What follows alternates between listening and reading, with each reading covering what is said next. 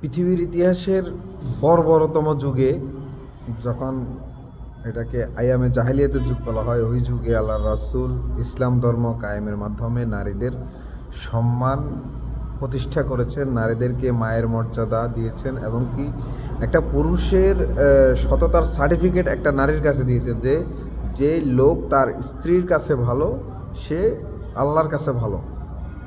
তো এবার আসেন, ওই যেই যুগে নারীকে কি পরিমাণ অসম্মান করা হইতো, মানে কারো মেয়ে হওয়াকে অসম্মানের হিসেবে কি বলে, এই নারীদেরকে জিন্দা পুঁতে ফেলা হতো। ওই যুগে আইসা নারীর সম্মান রক্ষা করছে, নারীদের জীবন রক্ষা করছে ইসলাম।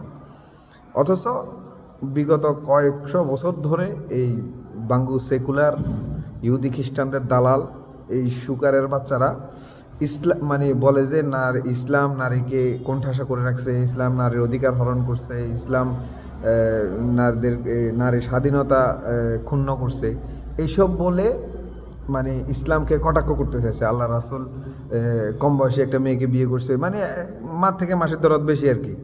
তো এখন মনে করেন না, বিগত এই যে বাংলাদেশে গত এক দেড় বছরে, বা বিশেষ করে এই নির্বাচনের প্রচারকালীন সময়ে সর্বোচ্চ নারী হেনস্থা যারা করছে এখনো করতেছে, সামনে হুমকি দিতেছে যে নারীদের ছায়া খুলে ফেলবে, এদের স্বামী নাই, এরা নির্বাচনে কেন, অথচ তারা উলঙ্গ অর্ধ উলঙ্গ নিয়ে নাচানাচি করে। তাদের প্রত্যেকটা প্রোগ্রামে সাংস্কৃতিক সন্ধ্যা নামে বেহায়া আর উদ্ভট উলঙ্গ নাচ আছেই, এটা প্রমাণ সহ দিতে পারবো। তো ওই সুকারের বাচ্চারা আজকে আইসা প্রতিবাদ করতেছে যে ডক্টর শফিকুর রহমান নারীদের নিয়ে কটূক্তি করছে।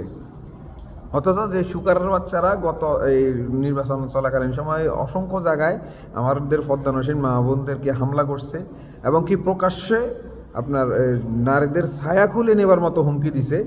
এই সুকারের বাচ্চারা এসে এখন তাদের চেতনাদণ্ড দাঁড়ায় গেছে। এরা এখন ওই হ্যাক হওয়া আইডির একটা ফোর্স নিয়ে, এখন হ্যাক হওয়া আইডির এটা এখন দেখলাম ডিবি থেকে এটা কনফার্ম করছে যে ওনার আইডি হ্যাক হওয়ার সত্যতা পাইছে।